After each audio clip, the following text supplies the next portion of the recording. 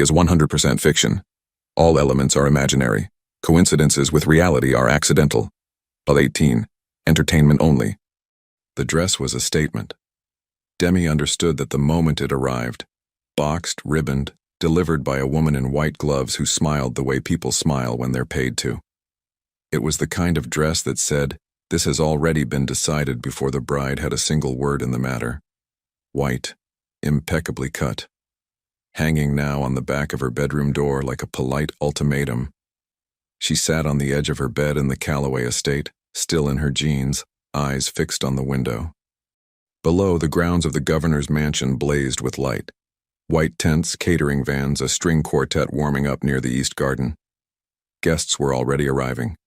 Black cars, dark suits, the particular brand of smile she'd learned to identify before she was old enough to vote. The notification on her phone had been open for 40 minutes. Governor Callaway and Senator Harwick seal historic alliance. Official engagement announcement confirmed for this evening. She hadn't leaked it. Someone on her father's communications team had sent the press release 3 hours before anyone had bothered to tell her she was the bride in question. 3 hours. The door opened without a knock. Her mother, Patricia Callaway, entered wearing a navy gown and the particular brand of serenity she reserved for situations requiring absolute control. She looked at the untouched dress. She looked at Demi. She exhaled with the precision of a woman who had learned to express disapproval without wrinkling her forehead. "You need to get dressed." "Mom." Demi set the phone face down on the comforter. "I need someone to explain to me what's happening." "You read the announcement." "I read an announcement telling me I'm being engaged to a man I've met exactly once. At a dinner nobody told me was an audition for the position of political wife." She paused. "So yes, I would appreciate an explanation." Patricia sat in the armchair by the window with the posture of someone who had already decided how this conversation would end. "Your life won't change as much as you're imagining. You finish your degree. He's agreed to that. It's a reasonable arrangement." "An arrangement." Demi repeated the word slowly. "You're describing my marriage as an arrangement." "Every marriage is an arrangement, Demi. The honest ones admit it. Mine won't be." Patricia looked up. "Yours," she said with the thin, precise patience of a woman who had already made the decision for someone else, "will happen because your father needs this, because this family needs this, and because you were raised understanding that names like ours carry a price. Tonight is your turn to pay it." The silence that settled between them wasn't the comfortable kind. Demi looked at her mother for a long moment. Then she looked at the dress. "How old were you when you married him?" she asked. Patricia didn't answer. 23, Demi said for her. "And Senator Harwick is how old?" 47 is a perfectly respectable. "I'm not asking if it's respectable. I'm asking if you understand what you're asking me to do. I'm asking you to come downstairs in 40 minutes wearing that dress and a convincing smile." Patricia stood. "The rest you figure out later." And she left. Demi came downstairs with the dress, without the smile. Senator Harwick was stationed near the fireplace in the main hall, bourbon in hand, working the room with the ease of a man who had spent decades making every space feel like it already belonged to him. He was tall, silver at the temples, with the kind of presence that filled a room, not through personality, but through the unshakable certainty that everyone there recognized his importance and agreed it mattered. When he saw her, he smiled. It was a smile of ownership. Subtle enough to read as charming, obvious enough to turn her stomach. "Demi." He crossed to her, took her hand, pressed his lips to her knuckles with the ceremony of a man who had rehearsed this. "You look stunning." "Thank you." The reflex activated before she could stop it. Her father materialized at her side, placed his hand firmly at the small of her back, and began steering the three of them toward the center of the hall, where photographers had already positioned themselves. Photographers. She hadn't seen the photographers. "Dad?" She kept her voice low, lips barely moving. "This isn't what we discussed. We discussed that you'd be here. You are." He didn't slow down. "Smile." We didn't discuss anything because nobody asked me anything. Demi, I mean it. So do I. He tilted his head slightly toward her, voice flat and even, the tone he used when closing negotiations. This announcement happens tonight, with or without your cooperation. The difference is what the photographs show. Choose carefully. The camera flash fired before she could respond. It was almost 11 when Demi slipped away to the back veranda. The garden was quiet on that side of the house. The tents and music and the collective hum of satisfied guests all stayed on the other end of the grounds, distant and muffled, and belonging to a world that had very little to do with her at the moment. She stood at the stone railing, palms flat against the cold surface, staring into the dark tree line, and tried to organize the noise in her head using the tools 2.5 years of psychology had given her. Identify the central problem. Her father had decided to negotiate her life without consulting her, with the calm conviction of a man who couldn't conceive of that being questioned. Identify available options. Option 1, comply. Option 2, refuse openly. Option 3, find an exit that didn't burn everything to the ground. Open refusal meant scandal. It meant losing access to the tuition her family controlled, the connections, the infrastructure of her life as she currently knew it. She'd watched her father make people disappear from his orbit with nothing more than a few phone calls. She wasn't naive about what that looked like up close. Compliance meant Senator Harwick. Permanently. Or for however long permanently lasted in political marriages, which left option 3, the one she hadn't fully mapped yet. You should be inside. She turned. A man stood leaning against the column to her left, arms crossed, glass in hand. Dark suit, no tie, black hair slightly undone, like he hadn't made much effort for the occasion and had no particular interest in pretending otherwise. A tattoo curled up the left side of his neck, dark ink against tan skin, visible above his collar. Not hidden, not flaunted. Simply there, the way details are when someone has long stopped caring what people make of them. She hadn't seen him inside, and she had spent the entire evening cataloging every face in that room. Who are you? She asked directly. He tilted his head slightly as if weighing the question. Antoni Reeves. The name meant nothing for exactly 2 seconds. Then it meant everything. Demi had looked up the name Reeves 3 weeks ago, when she first started suspecting that dinner wasn't just social. She'd looked it up because Priya had mentioned, in a conversation about local politics, that Governor Callaway had serious opposition. And that serious opposition in this city sometimes had names that never appeared on ballots, but appeared in everything else. Antoni Reeves. 36 years old. Sole heir and operator of one of the most opaque private equity groups in the state. Named in 3 federal investigations over the past 8 years. Indicted once. Acquitted. The press called him a businessman. Everyone understood what that meant. What are you doing here? She asked. Same thing as you? He glanced briefly toward the lit interior of the hall. Avoiding the party. You were invited to Senator Harwick's engagement dinner. I was. Why? He turned his eyes to her with a slowness that wasn't carelessness. It was a choice. The particular kind of calm that came from knowing exactly how much attention each thing deserved. Business, he said simply. Demi studied him for a moment. Dark eyes, sharp jaw, the tattoo tracing a clean line up the left side of his neck. He wasn't the kind of man who tried to seem dangerous. He was the kind who didn't need to try. What kind of business does a man like you have with a senator like Harwick? One eyebrow lifted slightly. A man like me? You know what I mean. I do. He took a slow sip from his glass. And you're direct for someone wearing a wedding dress they clearly don't want to be in. Demi opened her mouth, closed it, looked down at herself. Is it that obvious? You've been gripping that railing like it's the only thing standing between you and a full sprint to the parking lot. A pause. So yeah. She released the railing. Silence settled between them. Inside, someone clinked a glass and called for attention. Her father's voice reached her through the French doors, muffled but unmistakable. The speech she'd heard him rehearse 3 times already. Alliance, family, future. The words bled through the glass, polished and hollow. Demi turned her back to the window. "How long have you known my father?" she asked. "Long enough. Long enough to know he doesn't invite certain people to certain events without a reason." He looked at her with something that might have been interest, if she'd had enough data points yet to read that face accurately. She didn't. Not yet.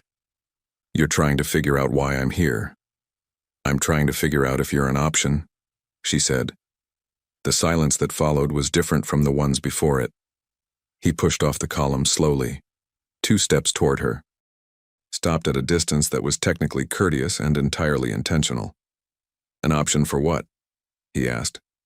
Demi looked at him, then at the hall where her father was raising a glass toward Senator Harwick while cameras recorded everything for the morning news cycle, then back at Antony Reeves. And the central problem, the available options, and the third exit she hadn't fully mapped yet, began assembling into a shape that hadn't existed 5 minutes ago. "I don't know yet," she said. "But I'll figure it out." He looked at her for a long moment with that stillness that wasn't indifference. Then, for the first time since she'd noticed him, the corner of his mouth moved. Not quite a smile. The recognition of something unexpected. "Whatever it is," he said. "The answer's probably no." "Probably," she agreed. And neither of them moved. She found his number in 48 hours. It wasn't easy. Antony Reeves didn't have a business card, a public email, or anything resembling a digital footprint that a normal person could follow. What he had was a holding company registered in Delaware, a law firm in Midtown that handled all his communications, and 3 layers of administrative staff specifically designed to make him unreachable. Demi got through all 3 layers by pretending to be a potential investor interested in a real estate acquisition. She was not proud of this.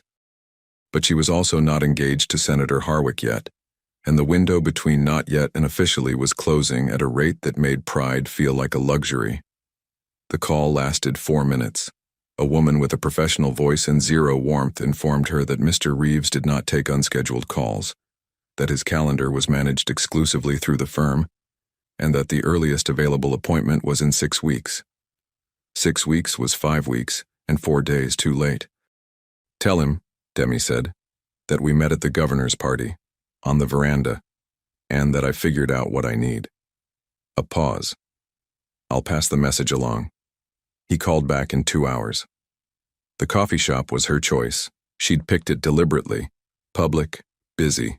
The kind of place where conversations disappeared into ambient noise and nobody looked twice at anyone else. A corner table.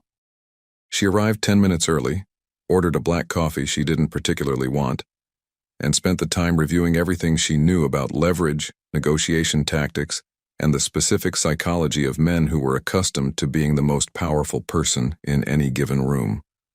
He walked in at exactly the agreed time, which surprised her. She had expected him to be late, the kind of late that was a power move, deliberate and readable.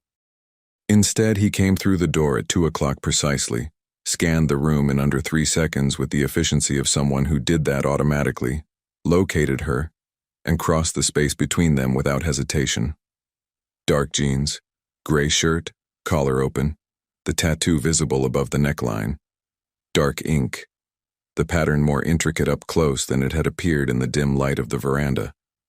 A bird, she realized now, or part of one. Wings that disappeared below the fabric like the rest of the story was private. He sat down across from her without being invited.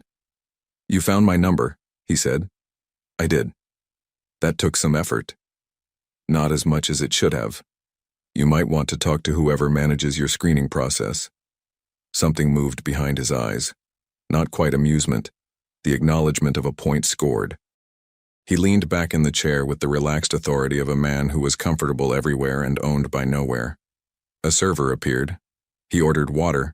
The server left. "So," he said, "you figured out what you need." "I did."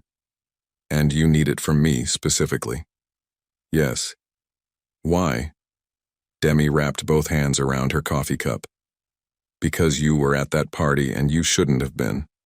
Which means my father either invited you because he wants something from you, or you invited yourself because you want something from him. Either way, you have a reason to be in that room, and I need someone with a reason. He was quiet for a moment. That's a logical framework, he said. Incomplete, but logical. What's incomplete about it? You're assuming that whatever I want from your father is compatible with what you want from me. He tilted his head slightly. Those are two different calculations. I know. She held his gaze. That's why I'm here. To find out if they overlap. He looked at her the way he had on the veranda. With that measured, unhurried attention that she was beginning to understand wasn't arrogance.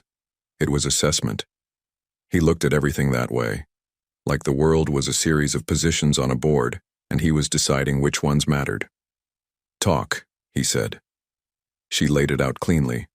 The senator, the political alliance, the engagement announcement that was already circulating in the press, the 3-week window before the formal ceremony planning began, and the exit routes started closing permanently. She didn't perform distress. She didn't ask for sympathy. She presented it the way she'd rehearsed it at 2 a.m, sitting on her dorm room floor, as a problem with a specific set of parameters and a proposed solution. I need someone my father can't dismiss, she said.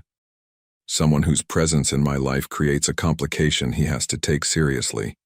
Senator Harwick won't push a claim if there's already a visible, credible one.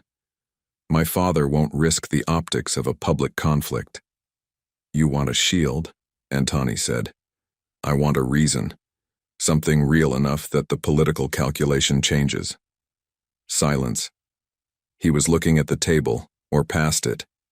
She couldn't tell. And in exchange? He asked. What do you want from my father? His eyes came back to her. I asked first. Fair. She'd walked into that. I haven't decided yet, she said honestly. I don't have leverage to offer you yet. What I have is a direct line to the governor's inner circle for as long as this situation lasts. Access, proximity, whatever that's worth to you. Why would you give me access to your father? Because my father is why I'm sitting here.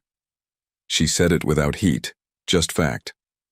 The man decided to trade me for a Senate seat without asking my opinion. I'm not feeling particularly protective of his interests right now. Antoni was quiet for a long moment. Outside, the street was loud with the ordinary noise of a Tuesday afternoon. Traffic, voices, the distant rhythm of the city doing what cities do. Inside the coffee shop, the ambient hum of other people's conversations created a kind of privacy. What you're describing, he said finally, is complicated. Yes. There are people in my life who would find your father's interest in my movements problematic. I know what you do. You know what the press says I do. I know what 3 federal investigations and 1 acquittal suggest you do. She met his eyes steadily. I'm not asking you to be something you're not. I'm asking you to be visible. Publicly. Long enough that the senator's team decides I'm more trouble than I'm worth. He looked at her for a long moment. Then he did something she hadn't expected. He smiled. A real one. Brief and slightly reluctant, like it had happened before he could decide whether to allow it. You're in college, he said. Penultimate year. Psychology. Psychology. He repeated it like he was filing it somewhere. That explains the framework. Does it bother you? No. He picked up his water glass.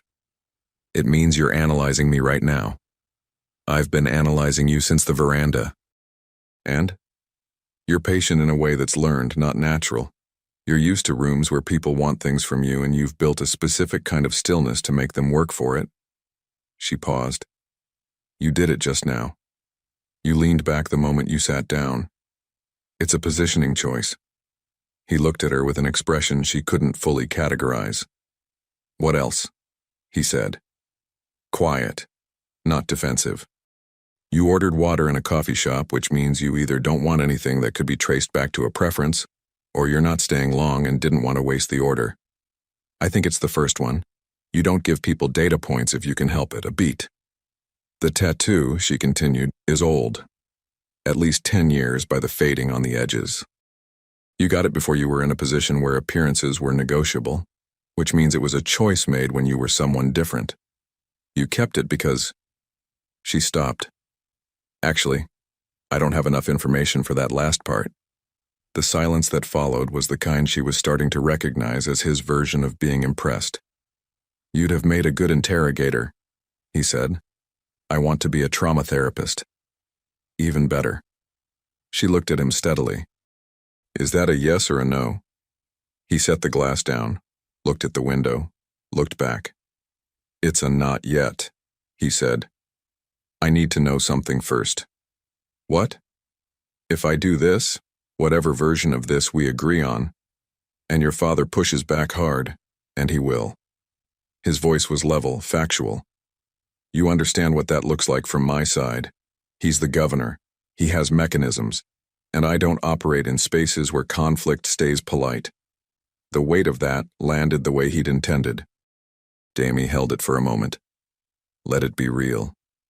I understand, she said. Do you? His eyes were steady, not threatening. Asking genuinely. Because you're 22 and this isn't a dorm dispute. The people around me don't do things halfway, and your father won't either once he decides I'm the problem. You need to know that before this goes further. It was the most honest thing anyone had said to her in 3 weeks, which was its own kind of answer. I know what I'm walking toward, she said. I've been watching my father operate since I was 8 years old. I know exactly what he looks like when he's containing something, and exactly what he looks like when he isn't. She met Antoni's gaze without flinching. I'm not naive. I'm out of options.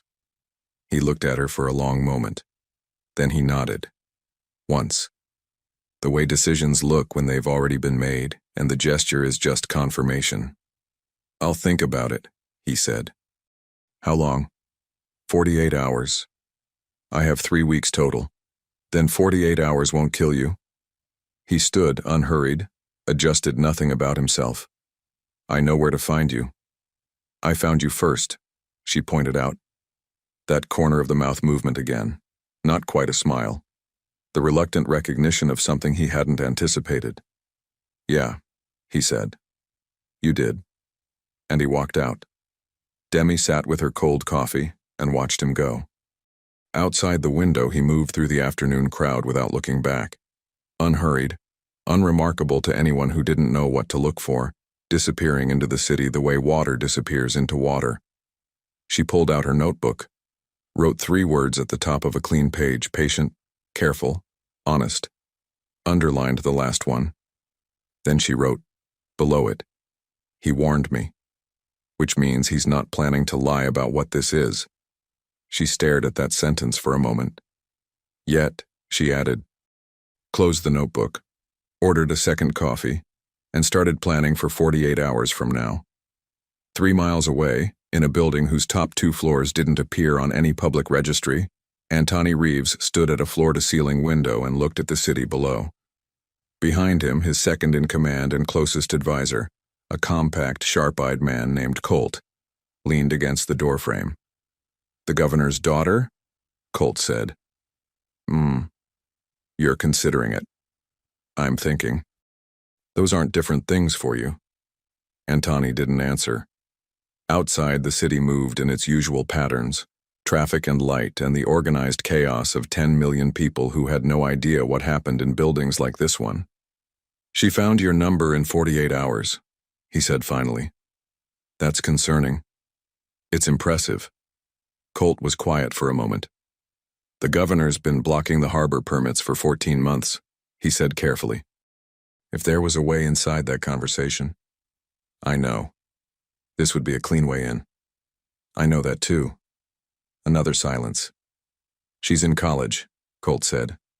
Penultimate year, psychology. Antoni. She analyzed me in under 10 minutes. Accurately. He turned from the window. His face gave nothing away, but something behind his eyes had shifted. Schedule nothing for Thursday. Colt straightened. So that's a yes. Antoni walked past him toward the hallway. That's a not yet, he said, and closed the door. He came back in 36 hours, not 48. 36, which meant he'd made the decision in under 2 days and spent the remaining 12 hours deciding whether to tell her that.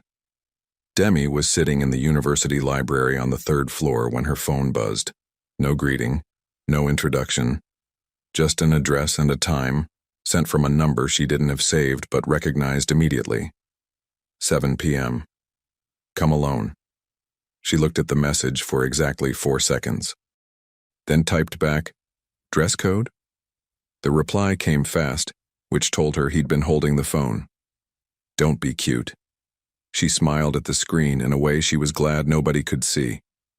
The address was a restaurant in the financial district, the kind of place that had no sign outside, no online presence, and a front door that looked like it belonged to a private residence. The kind of place that existed entirely through reputation and invitation, where the tables were far enough apart that conversations stayed private, and nobody looked up when someone walked in. The maitre d' was expecting her. That detail settled something in her chest that she wasn't entirely ready to examine. Antoni was already seated when she arrived, corner table, back to the wall, sightline to both the entrance and the kitchen door.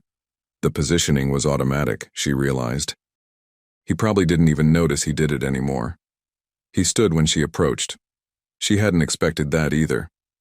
You're early, he said. So are you. I'm always early. Control habit? She asked, sitting down. He sat across from her. Survival habit, he said. There was no performance in it, just fact. The server appeared, poured water, recited nothing because there were no menus.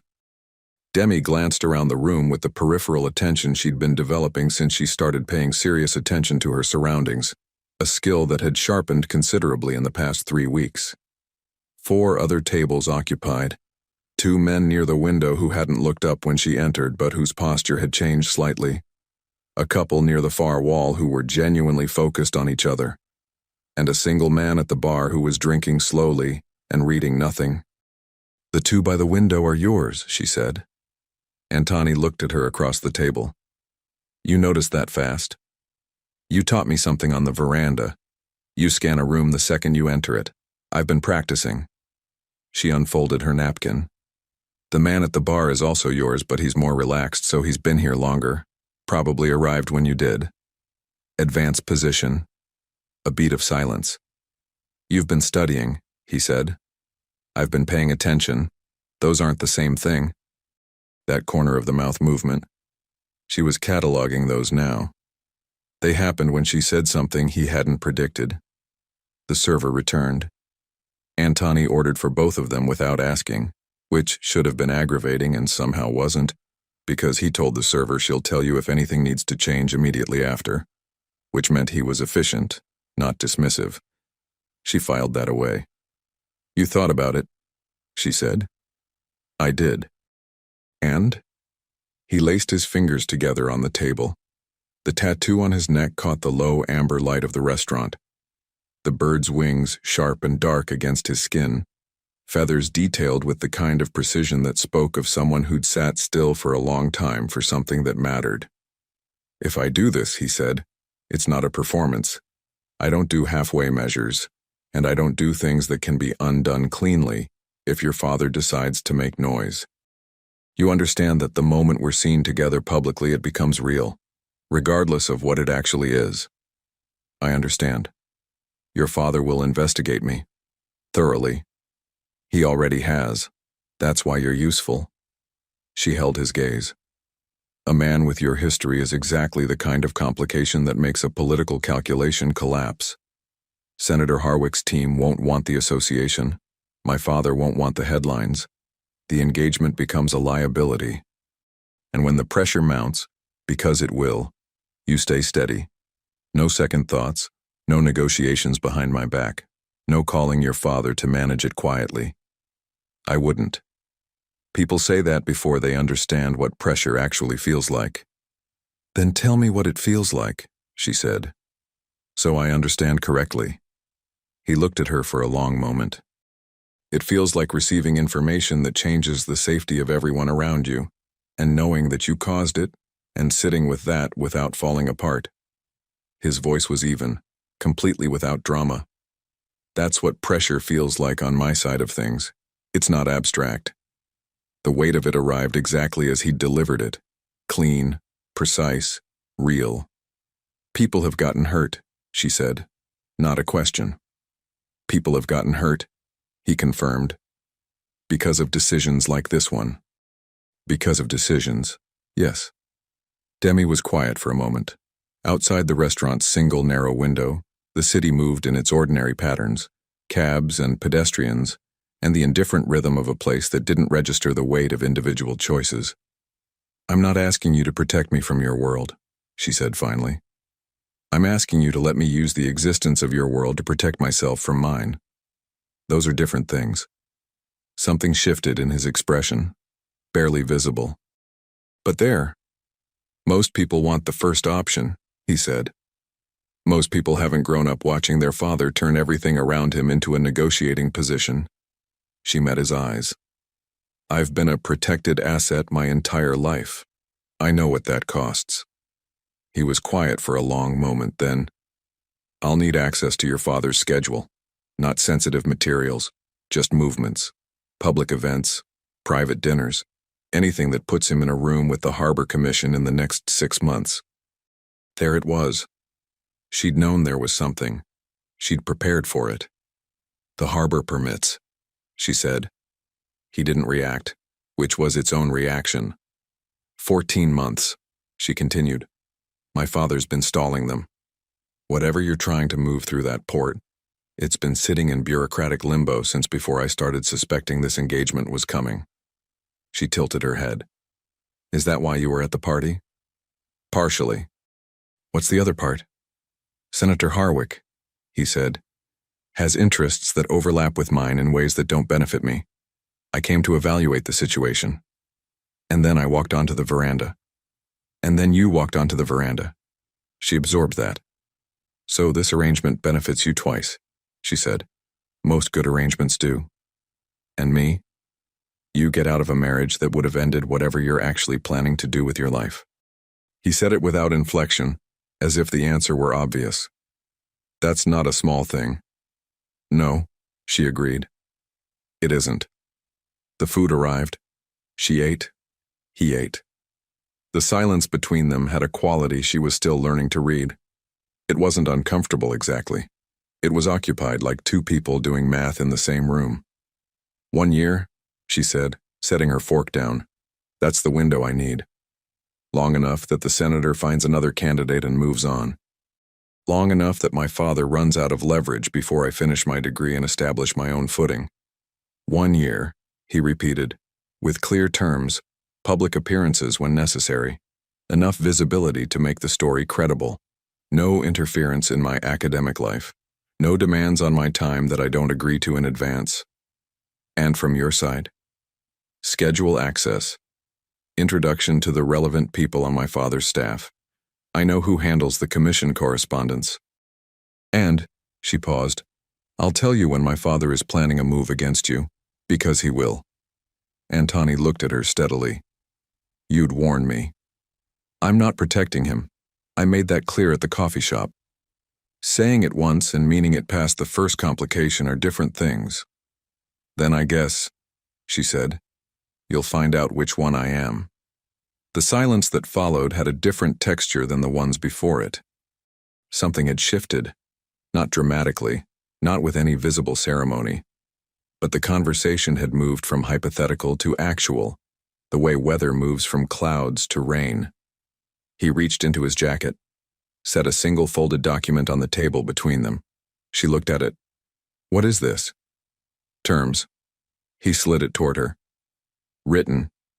I don't do verbal agreements. She unfolded it. It was 3 pages. Clean legal language, but not a standard contract. Something drafted specifically with specifics she recognized. Duration, public conduct expectations, confidentiality, exit conditions. Her name, his name, dates. She read every line. He waited without filling the silence. Clause 7. Duration of arrangement shall not exceed 12 calendar months from date of signing, unless both parties agree in writing to an extension. Clause 11. Neither party shall make binding public statements regarding the nature of the arrangement without prior mutual consent. Clause 14. All terms are private.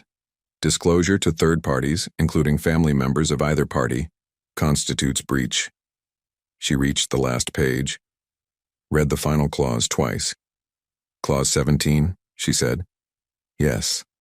In the event that either party develops circumstances requiring renegotiation, both parties agree to a formal review before any unilateral action is taken. She looked up. That's vague. Intentionally. Why? Because, he said with the patience of someone explaining something he'd already thought through completely, neither of us knows what the next 12 months look like. I don't draft documents that pretend to anticipate everything. I draft documents that give both sides a process. She considered that. It was, she admitted privately, a more sophisticated approach than she'd expected. She folded the document, put it in her bag. I need a lawyer to review this, she said. Obviously. Someone who doesn't report back to my father. I can provide a name. I'll find my own. That corner of the mouth movement again. Fair, he said. She picked up her water glass, looked at him across the table. This man who ran things in the dark spaces of the city, who had warned her honestly, who had put the terms in writing like someone who believed in the weight of words, even when no court would ever see them. One question, she said. One. Why does the tattoo stop there? She nodded toward his neck. The wings. They disappear below the collar. There's more, isn't there? He was quiet for a moment. Yes. What is it? The rest, he said, is not first meeting information. We've met twice. We've met twice, he agreed. Ask me again when the number is higher. She held his gaze for a beat longer than necessary. Then she nodded, set down her glass, stood. I'll have the contract back to you by Friday, she said. He stood. Again. That automatic courtesy that didn't match anything else about him, and therefore matched everything about him. Friday, he confirmed. She turned to leave. Demi. She stopped. Your father, Antoni said, his voice dropping just slightly in register, is already watching you more carefully than you think. He noticed you on the veranda. He noticed you left early. A pause. Be careful about what you search, who you call, and what you write down for the next 72 hours. She turned halfway. How do you know he noticed? Because I would have noticed. His eyes were level. And we think alike in certain ways. That's not a compliment to either of us, she processed that. Thank you, she said, and meant it. He nodded once. She walked out. Behind her, Antoni sat back down, picked up his water glass, and didn't drink from it. Colt materialized from somewhere near the bar, the advanced position she'd identified correctly, and pulled out the chair she'd just vacated. Well, he said. She took the contract. And the clause 17? Antoni set the glass down. She flagged it immediately. Colt was quiet for a moment. Antoni, the clause gives you room to renegotiate the terms, to extend, to change the structure entirely if... I know what it does. She doesn't. Not yet, he said. Outside, through the narrow window, the street had gone dark. The city's lights reflected in the glass like a second city, inverted and unreachable. She asked about the tattoo, he said almost to himself. Colt blinked. What did you tell her? That it wasn't first meeting information. A long pause. She's going to be a problem, Colt said. Yes, Antoni agreed. He didn't sound concerned. That, Colt decided, was the most concerning thing of all. She signed on a Thursday. The lawyer she found, a sharp, silver-haired woman named Adrienne Cole, who specialized in private contracts and had a reputation for asking exactly the right questions, spent 40 minutes reviewing the document and came back with 2 amendments and a look that said, "I have many questions, but I'm going to bill you instead of asking them." The amendments were minor. Antoni accepted both within the hour. Demi signed at the bottom of page 3, in the office of a neutral firm in a building that had no connection to either of them, with Adrian as witness and nobody else present. It felt less like a beginning and more like the moment before a storm when the air pressure changes and everything gets very quiet. She drove back to campus, sat in her car in the parking structure for 6 minutes, and then went to her afternoon lecture on cognitive behavioral frameworks because her life was strange now, but her GPA was not going to suffer for it. The first public appearance happened 5 days later. Antoni's team, efficient, invisible, communicating exclusively through a scheduling contact named Reed, who wrote in bullet points and used no unnecessary words, had identified a charity gala in the Arts District as the optimal venue. High profile enough to generate photographs, respectable enough that attendance required no explanation, populated by exactly the kind of connected, gossiping, press-adjacent guests who would ensure that 2 sightings became a story by morning. He sent a car. She sent it back and drove herself. Reed's response: noted. She arrived at the gala in a dark green dress she'd chosen because it was hers, bought with her own money, selected without anyone's input, belonging to no narrative except the one she was building. Her hair was down, minimal jewelry, the kind of put-together that said I made an effort without saying I was told to. Antoni was waiting near the entrance. He was wearing black, jacket, shirt, everything dark and clean and effortless. The tattoo rose above his collar as always, a constant in the shifting light. He looked at her when she approached with that evaluating attention she'd catalogued twice already, and something in his expression settled, like a variable had resolved. "You drove yourself," he said. "I drive myself everywhere." Reed mentioned. Reed sounds annoyed. Reed is never annoyed. Reed is professionally neutral at all times. He offered his arm. "Shall we give them something to photograph?" She took his arm. The contact was matter-of-fact, practical, and also the first time they had actually touched, she realized, which was a detail she catalogued and then firmly set aside. "Ground rules," she said as they moved toward the entrance. "Don't answer questions about how we met. Say it was private and change the subject. I know how to handle press." "I know you do. I'm telling you what I'll say so our answers match." He glanced at her sideways. "You prepared talking points. I prepared a consistent narrative. There's a difference." "Is there?" "One is spin, the other is architecture, that corner of the mouth movement." "Architecture," he said. "Don't laugh." "I'm not laughing. You're doing the thing with your mouth." "I don't know what you're referring to," he said, with the complete composure of someone who knew exactly what she was referring to. They walked through the doors. The room registered them in the way rooms register things they find interesting. A ripple, quiet and immediate, spreading outward from the point of their arrival. She felt it. The slight recalibration of attention, the turned heads, the conversations that paused a half-beat before resuming at a slightly different pitch. She had grown up in rooms like this. She knew how to move through them. What she hadn't anticipated was how different it felt to move through one beside him.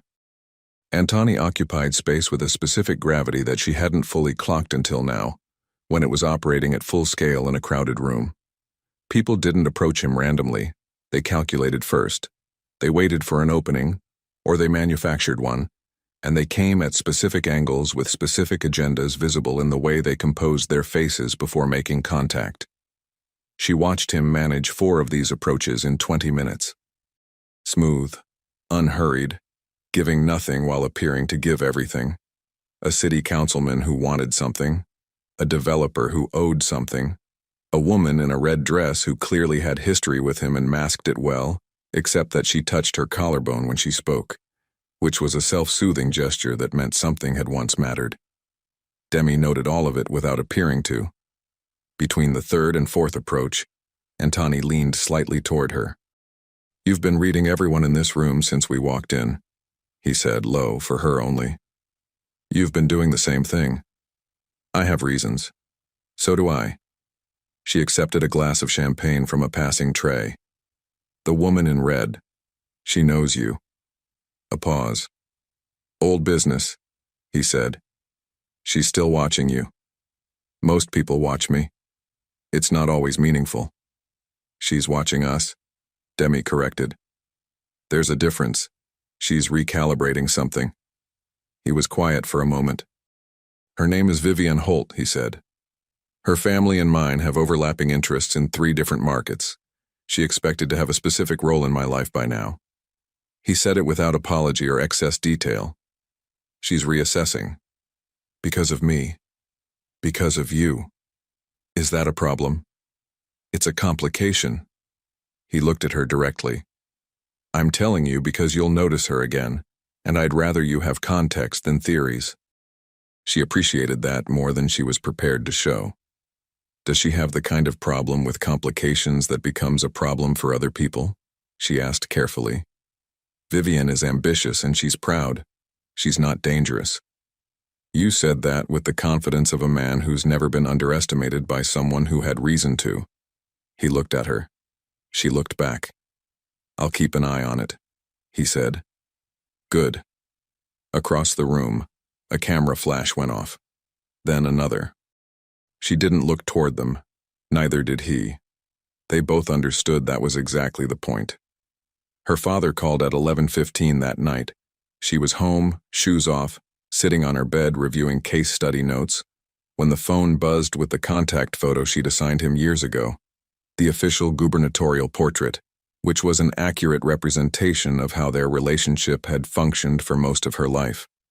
She let it ring twice, then answered, Hey, Dad. Where were you tonight? His voice was controlled, the dangerous kind of controlled. A gala in the Arts District. It was for the city's Youth Arts Foundation. Very respectable. You were photographed with Antoni Reeves. I was. Silence. Demi. The word carried the full weight of a man who was not accustomed to being navigated.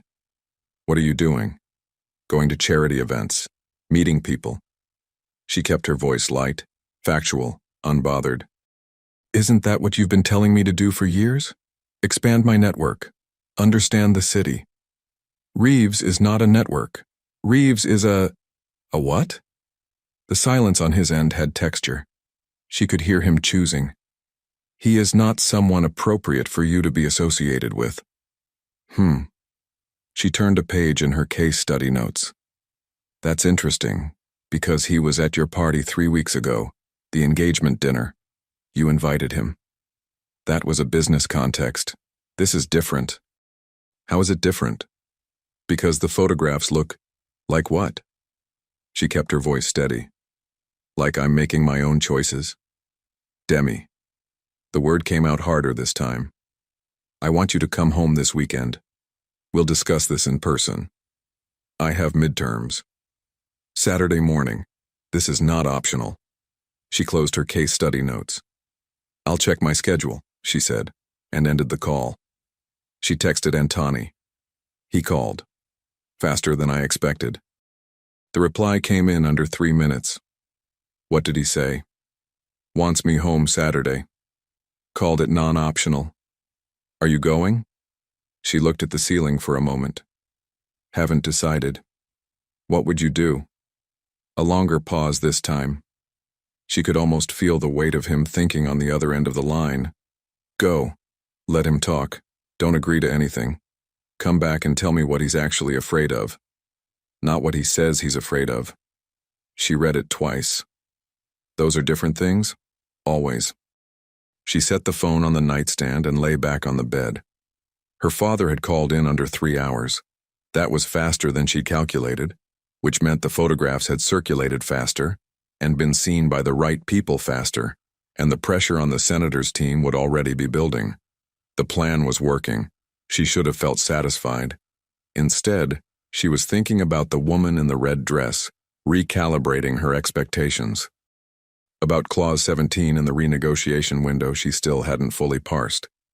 about the tattoo that disappeared below the collar, and the answer she'd been told to earn. She was building a profile. That was all. Standard psychological practice. Understand the person you're working with. Map their patterns. Identify the gaps. The gap that bothered her was the one she couldn't explain yet. Why a man who operated through precision and privacy had handed her a contract with a clause he knew she'd flag. Why he'd warned her honestly, twice, when it cost him nothing to simply say yes and let her find out later. People who were planning to deceive you didn't usually pre-announce the shape of their character. Or they did, she thought. And they were very good at it. She went home Saturday. The governor's mansion in the morning felt different than it did at night. Flatter, more institutional, stripped of the atmospheric lighting that made everything look like a set piece. Her father was in the formal sitting room, not the office, which was a choice. The sitting room was where he put people he wanted to feel like guests rather than opponents. He was alone. That was also a choice. "Sit down," he said. She sat. He looked at her the way he looked at things that required management, with the particular attention of a man who had spent his career identifying pressure points. "Antony Reeves," he began, "is under federal observation. Has been for years. His acquittal was procedural, not exculpatory. The people around him have histories that you are not equipped to understand. You invited him to your party. I manage relationships with people like Reeves. That's different from my daughter, being seen with him publicly. Yes, because it complicates things. Because it's dangerous." He leaned forward.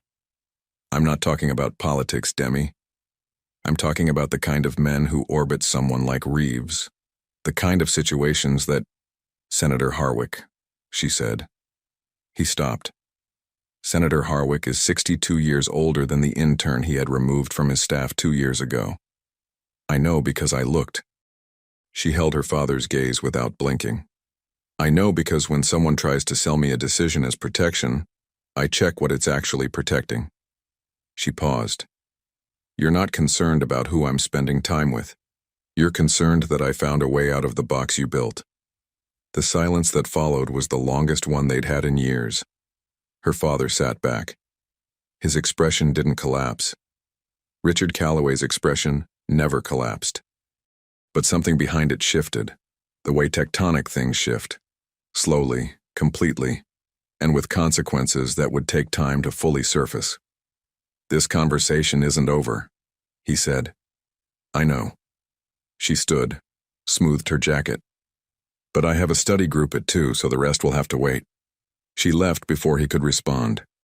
In her car, hands on the wheel, she sat in the driveway for 30 seconds and let the adrenaline move through her system the way she'd learned to let difficult things move.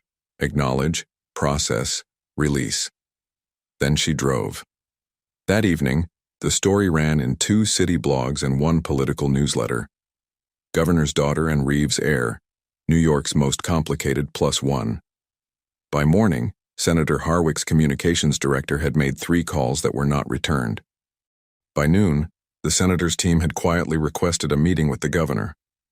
By 4 p.m., Richard Calloway was standing at the window of his office with the expression of a man who had spent 30 years building a particular kind of order and was watching someone dismantle it from the inside. He picked up his phone. He did not call his daughter. He called the one person in the city who had more information on Antony Reeves than the federal government. And he said, "I need everything. And I need it fast." The man her father hired had a name that didn't matter and a method that did. Demi found out about him on a Tuesday, when Priya called her between classes with the careful voice she used when she had information she didn't want to deliver. "Someone's been asking about you," Priya said. Not casually, the kind of asking where they already know the answers and they're testing to see what other people know. "Who?" "I don't know who he's working for. But he talked to your roommate from sophomore year, your academic advisor. That professor you had a conflict with over your research methodology paper." A pause. "Demi, that's a pattern. I know what it is. It's a background investigation." "I know. Your father?" She was standing outside the psychology building, backpack over one shoulder, watching a group of students cross the quad with the ordinary ease of people whose Tuesday was just a Tuesday. "Yes," she said. "What are you going to do?" "I'm going to let him run it," she said, "because there's nothing to find." That was true, and it was also not entirely the point. She told Antoni that evening. They had established a rhythm without formally establishing a rhythm, which was its own kind of information. Twice a week, variable locations, always her suggestion or his through Reed, never a pattern that could be predicted or photographed too consistently, enough visibility to sustain the narrative, enough distance to sustain the terms. Tonight was a walk. His suggestion, which had surprised her, she'd expected another controlled environment, a restaurant with sightlines and advanced positions. Instead, Reed had sent an address near the river, a public park, 7 p.m. He was already there when she arrived, standing at the railing above the water with his jacket open despite the October cold, looking at the far bank with the expression he wore when he was processing something. She came to stand beside him. "My father hired someone to investigate me," she said. "I know." She turned her head.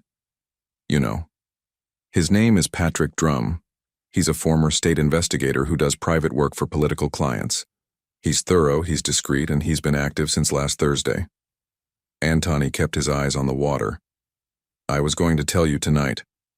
How long have you known?" "Since Friday." "That's 4 days. I needed to understand the scope first. There's a difference between telling you someone is looking and telling you what they're looking for." He turned to face her. "Drum isn't building a case against you. He's building one against me. You're the pathway." She absorbed that. "He's looking for leverage," she said. "He's looking for something your father can use to make continuing this arrangement more costly than ending it. A federal connection, a liability. Something that lets him walk into a room and say, 'This is what your name is attached to,' and watch the calculation change. Will he find anything?" The question landed between them with its full weight. Antoni looked at her steadily. "Nothing that touches you directly," he said. "But nothing that makes your father feel better about this either. The investigation will confirm what he already suspects about me, and then he'll use it. How? That depends on how far he's willing to go." A pause. "Your father is a careful man.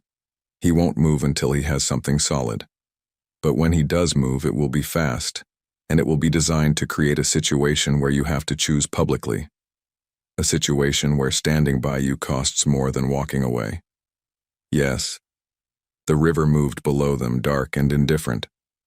Somewhere across the water, a barge was navigating the channel, its lights steady and slow. "He doesn't know you yet," she said. "What?" "My father. He's investigating you like you're a problem to be solved. He doesn't understand that you planned for him to do exactly this." She looked at Antoni. "Did you?" "A beat. I planned for resistance," he said carefully. "The specific form it takes matters." "Clause 17, she said.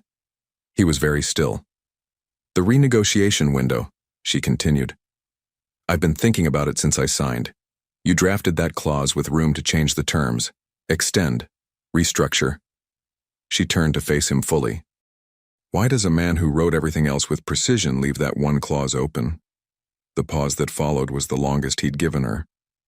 "Because," he said, "I draft documents that account for variables I can't predict at the time of signing." That's the diplomatic answer. It's the accurate one. Is it the complete one? He looked at her. In the low light of the Riverwalk, with the city's ambient glow behind him, she could see the line of the tattoo against his neck, the wings still mid-flight, the story still unfinished below the collar. "No," he said. "It isn't." The honesty of that landed differently than she'd expected. Not a confession, not a reveal. Just a man who had decided not to lie when the direct question arrived. "You should know," she said quietly, "that I respond better to the truth delivered badly than to a comfortable version of it. I'm learning that. Then tell me what the clause is actually for." He turned back to the water. put both hands on the railing. She watched the tension in his shoulders, not the kind that came from threat, the kind that came from deciding. I took this arrangement because it gave me access to your father's schedule and a path to the harbor permits, he said. That was the calculation on day one. Clean, contained, temporary. A pause. The clause exists because by the second meeting I was already aware that my calculation had a variable I hadn't accounted for. Me. You. The word sat between them without decoration. Antoni, she said carefully. I'm not asking anything of you, he said, and the steadiness of it was important. It wasn't a deflection. It was a boundary he was drawing for himself as much as for her. I'm telling you because you asked and because you deserve the honest answer. The clause gives me room to request a renegotiation. It doesn't obligate you to agree to one. She looked at his profile. 2 months ago, she had sat on the edge of her bed and looked at a dress that represented everything she was losing. She had walked onto a veranda and found an exit she hadn't expected. She had built a plan from scratch using the tools she had: intelligence, nerve, and the willingness to walk toward the complicated thing rather than around it. She had not planned for this variable either. Ask me again when the number is higher, she said. He turned. What? The tattoo. You told me to ask when the number of meetings was higher. She held his gaze. What's the rest of it? Something moved across his face.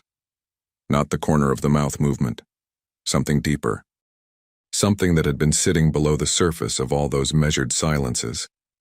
He straightened, reached up and pulled the collar of his shirt down slightly, just enough.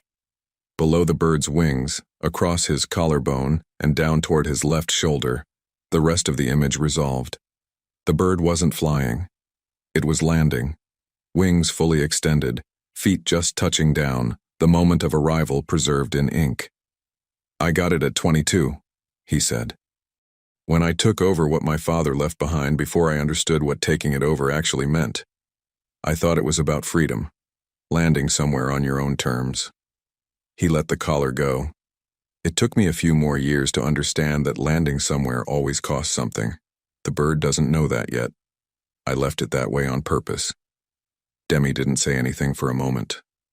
That's the most you've told me about yourself, she said. Don't make it strange. I'm not. I'm cataloging. Of course you are. It's a coping mechanism. For what? For the fact, she said, that I also have a variable I didn't account for. The silence that settled between them was different from any of the ones before. It wasn't occupied, it wasn't weighted. It was the kind of silence that happens when two people arrive at the same coordinates from different directions and take a moment to confirm the map. Neither of them moved toward it. That restraint was its own kind of information. 3 days later, her father's counter-move arrived. Not the way she'd expected, but the way she should have. It didn't come from Richard Calloway directly. It came from Senator Harwick's chief of staff, a woman named Bernadette Marsh, who requested a private lunch with Demi under the pretense of a courtesy conversation. Demi went, because information was information regardless of the source. Bernadette was 50, precise, and had the particular energy of someone delivering a message they had been paid to deliver without fingerprints. The senator remains interested, Bernadette said, over a salad she didn't touch. Despite the current situation. He understands that young women sometimes make impulsive choices, and he's a patient man. That's generous of him, Demi said. He's also prepared to be flexible about the timeline, your degree, your program, all of it accommodated. Also generous. In return, Bernadette set her fork down, a quiet withdrawal from the current public situation, no announcement necessary, simply a natural fading, within 30 days. Demi looked at her. And if the natural fading doesn't occur? Bernadette's expression didn't change. Mr. Reeves, she said carefully, operates in spaces that attract significant scrutiny, the kind that can become concentrated very quickly when the right people apply the right pressure. The senator has relationships with those people. A pause. This is not a threat. It's a context. It's a threat, Demi thought. delivered by someone who knows exactly how to make a threat sound like a weather forecast. "I'll think about it," she said, and smiled the way her mother had taught her to smile. She was in her car before she texted Antoni. "They just threatened you through me." Harwick's office. Concentrated federal scrutiny, their words. The reply came in 90 seconds. How direct was it? Deniable, but clear. "Are you okay?" She looked at the question. 2 words. The first time in their entire acquaintance that he'd asked her something with no tactical component whatsoever. "Yes," she typed. "Are you?" A longer pause. "This means your father and Harwick are coordinating. They're not just applying pressure. They're synchronizing it. That's a different level." "I know." "Demi." "I know," she typed again.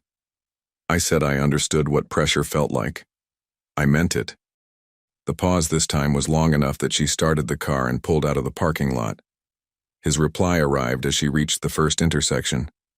"Come to the office, not for business, just come." She sat at the red light. Around her the city moved in its ordinary patterns. Cabs and pedestrians and the unremarkable rhythm of people who had no idea what was happening in the particular sliver of Tuesday she was currently occupying. The light turned green. She turned left instead of right. Toward him.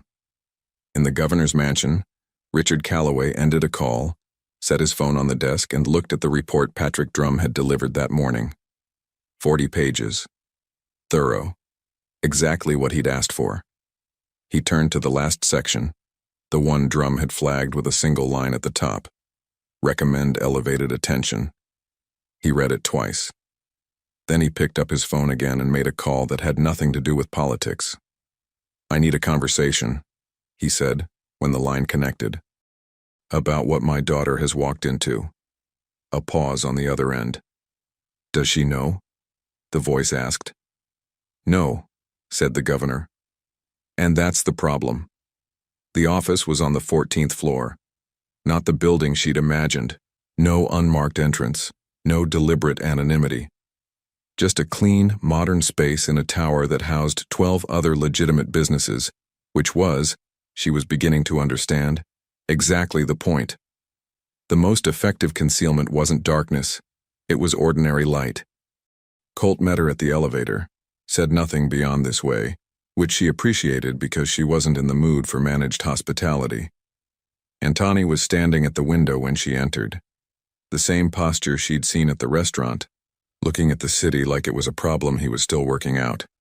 He turned when she came in, looked at her face, read something there that made him cross the room in 4 steps and stop just short of reaching for her, which told her everything about what he wanted to do and exactly how much control he was exercising not to do it. "Sit down," he said. "I'm fine standing." "Demi." "I said I'm fine." He looked at her for a moment. Then he pulled out a chair from the conference table and sat on the edge of it himself, which meant they were at the same level, which she understood was deliberate. "Tell me exactly what Bernadette Marsh said," he said. She told him. Word for word, because she had rehearsed it in the car on the way over, because precision was the thing she reached for when everything else felt unstable. When she finished, he was quiet. "The federal angle isn't new," he said. "They've tried concentrated scrutiny before. It produces noise, not results. My legal structure is built to absorb it."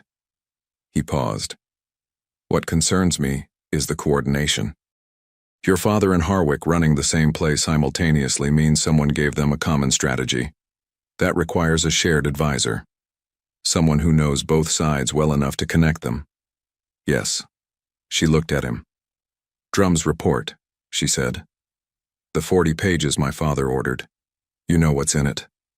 "I know what's in most things that circulate about me." He met her eyes. "Yes. Is there something in it I should know?" The pause was a fraction too long. "Antoni." "There's a section," he said, "that flags a connection between my operations and a rival group that's been active in the Northeast Corridor for the past 18 months. The Vanek Network. They've been moving into markets that overlap with mine, and creating situations designed to look like my fingerprints. He kept his voice level. Drum's report almost certainly attributes 2 of those situations to me directly. They weren't mine. But they look like yours. They were designed to. Who's behind the Vanek network? That, he said, is the question I've been working on for 8 months. She absorbed that. The room was quiet except for the ambient hum of the building and the distant city below the windows. This is why the harbor permits matter, she said slowly. It's not just business. Whatever comes through that port is a clean line. Documented, inspected, legitimate. Every record verifiable. His jaw tightened slightly. If someone is building a case that attributes Vanek's movements to me, a clean port record is one of the few things that directly contradicts it. You need the permits to protect yourself. I need the permits, he said, because someone is building a very careful story about who I am, and I am running out of clean pages to write the true version on. The weight of that landed fully. She sat down across from him, not because she needed to, because it felt right to be at the same level for what she was about to say. My father's last call, she said. The one at the end of the report. He said I'd walked into something I didn't know about. She looked at Antoni directly. What don't I know? He held her gaze. Then he stood, walked to the desk in the corner, opened a drawer, and came back with a single photograph, placed it on the table between them. It was a surveillance image, grainy, time-stamped 8 months ago. 2 men outside a building she didn't recognize. One of them was someone she didn't know. The other was Senator Harwick. Harwick, she said, meeting with Dmitry Vanek's financial liaison. Twice in 6 months. Antoni's voice was completely flat. The senator isn't just your father's political ally. He's been providing regulatory cover to the Vanek network for at least 2 years, blocking investigations, redirecting federal attention. He paused. Your father doesn't know this. What he knows is that I have something on Harwick. He doesn't know what. Everything rearranged itself. That's why Harwick wants me out of your orbit, she said. It's not about the engagement. It's because if I'm close to you, eventually I see something, or you tell me something, and I become a liability to him specifically. Yes. And my father is being used. He thinks he's protecting me. He's actually running interference for a man who... Yes. She sat back. Her father, for all his faults, and she had catalogued them with the thoroughness of someone who had grown up in their shadow, was not a corrupt man. He was a man who traded in power, who had made her a piece in a game without her consent, who had built his career on negotiations she'd never agreed to. But he was not the senator. He was not Vanek. He had called someone after reading Drum's report and said, she's walked into something she doesn't know about. He was afraid for her. That didn't excuse what he'd done. But it was real. You have to tell him, she said. Antoni looked at her. About Harwick. She met his eyes. I know what it costs you. The leverage disappears the moment you hand it over. But my father is making decisions based on incomplete information. And some of those decisions are directed at you. And if this keeps escalating, Demi, he's going to do something that can't be undone, she said. You know I'm right. The silence was long. If I give him the photograph, Antoni said carefully, he severs from Harwick. The engagement is finished. The political alliance collapses, and your father spends the next 6 months managing the fallout, which keeps him too occupied to concentrate on the harbor permits. I know. That serves me. I know that too. She held his gaze. Does it bother you? That doing the right thing also happens to benefit you? Depends on the reason it's being done. What reason are you doing it for? He looked at her for a long moment.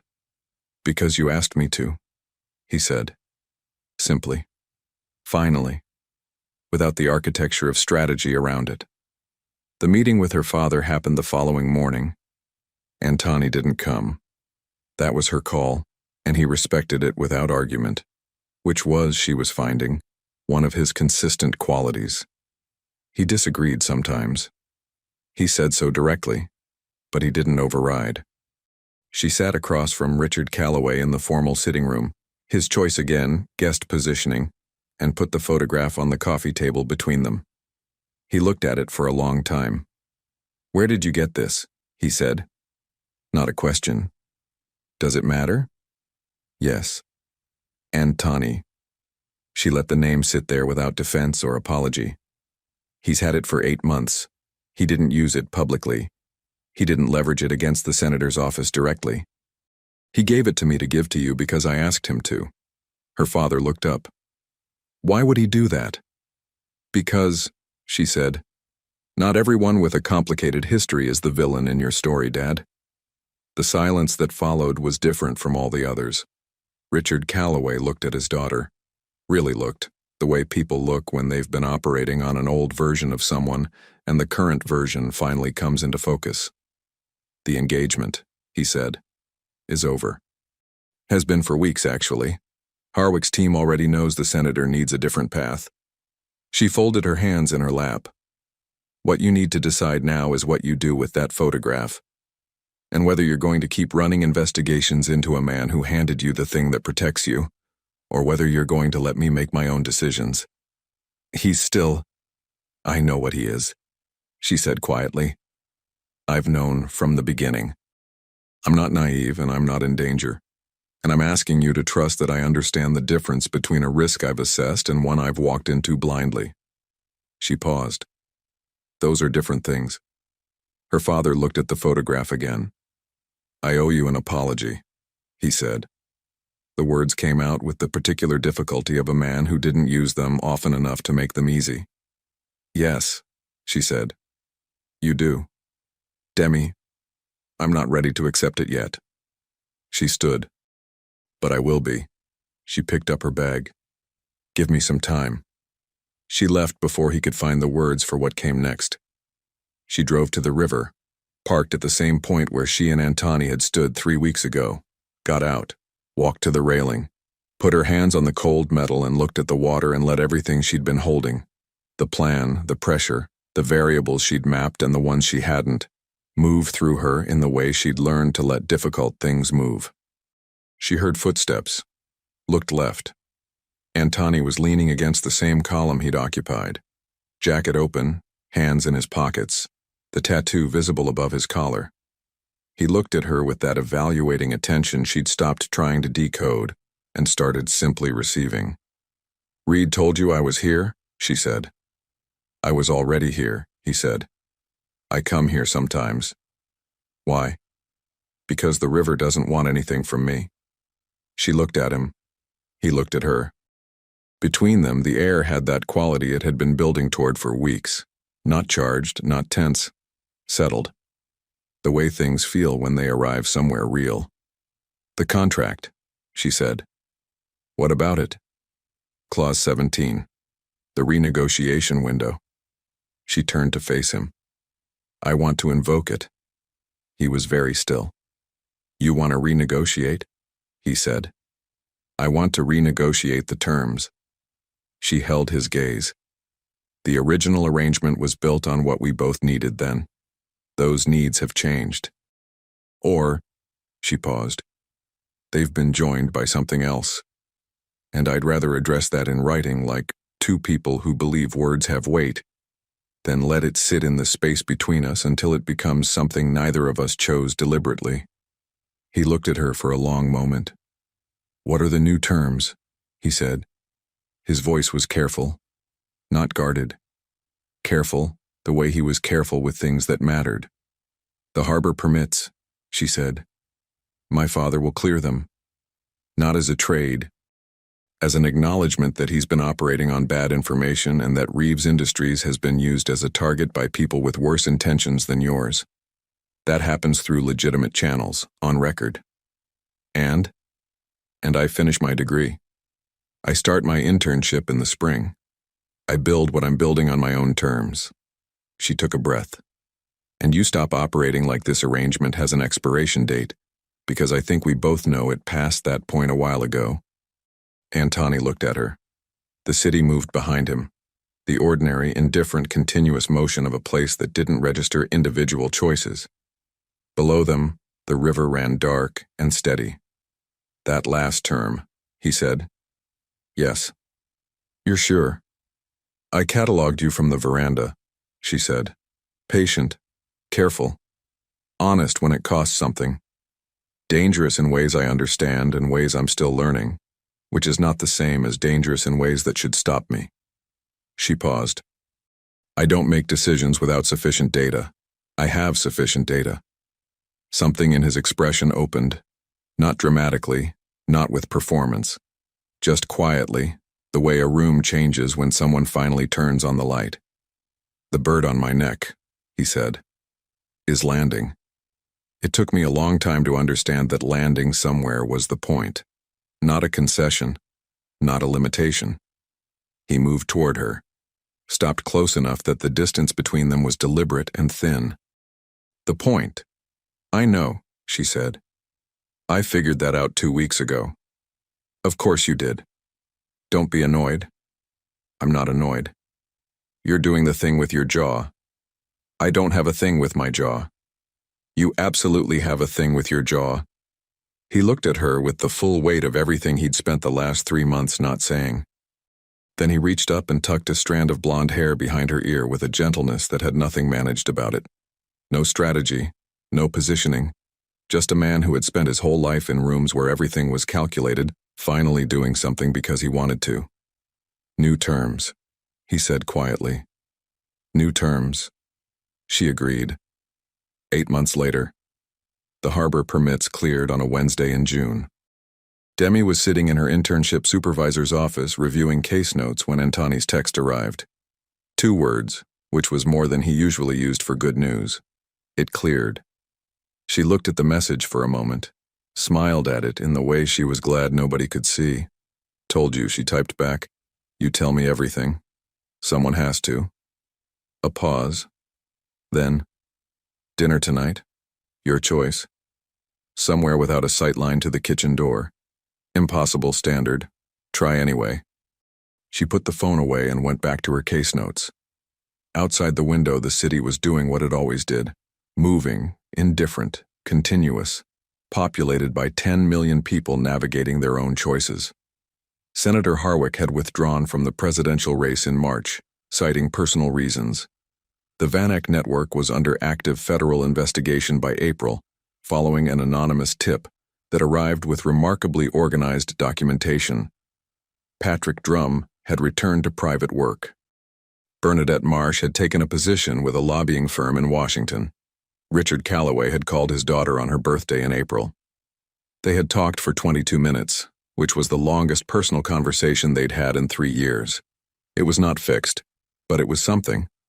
Adrian Cole, the silver-haired lawyer, had drafted the new agreement. 3 pages, clean language, specific terms, some practical, some not. Some that made Adrian set her pen down and look over her glasses and say, "I have many questions," before going back to billing. Colt had read the new contract, looked at Antoni across the conference table and said, "You're aware this is not a business document." Antoni had said, "I'm aware." Colt had signed as witness without further comment, which was, for Colt, the equivalent of a standing ovation. That evening, Demi stood at the window of Antoni's apartment, their apartment now, a detail that had happened gradually and then all at once, the way real things happen, and looked at the city below. He came to stand behind her, put his hands on her shoulders with the ease of someone who had stopped calculating every point of contact and started simply existing in them. She could feel the warmth of him, the steadiness. Below his collar, the bird had landed. "What are you thinking?" he said. "That I walked onto a veranda 8 months ago looking for an exit," she said, "and found an entrance instead." He was quiet for a moment. "I came to that party to assess a political situation," he said. "I left thinking about a woman who gripped a railing like it was the only thing between her and a full sprint to freedom. It was. I know." He turned her gently and looked at her the way he'd been looking at her since the river, since the new terms, since the moment he'd stopped managing the distance. "I'm glad you didn't run." "I calculated the risk," she said. The data was compelling. "Demi." "What?" "Stop cataloging and just he said, and kissed her in the way that had no strategy in it, no clause, no term. Just the weight of something real, chosen deliberately by two people who understood exactly what they were landing toward. Outside, the city moved. Inside, everything was still. Some contracts are written to expire. Some are written to become something the original terms never anticipated. The difference, as any good psychologist will tell you, is what both people choose to do with Clause 17.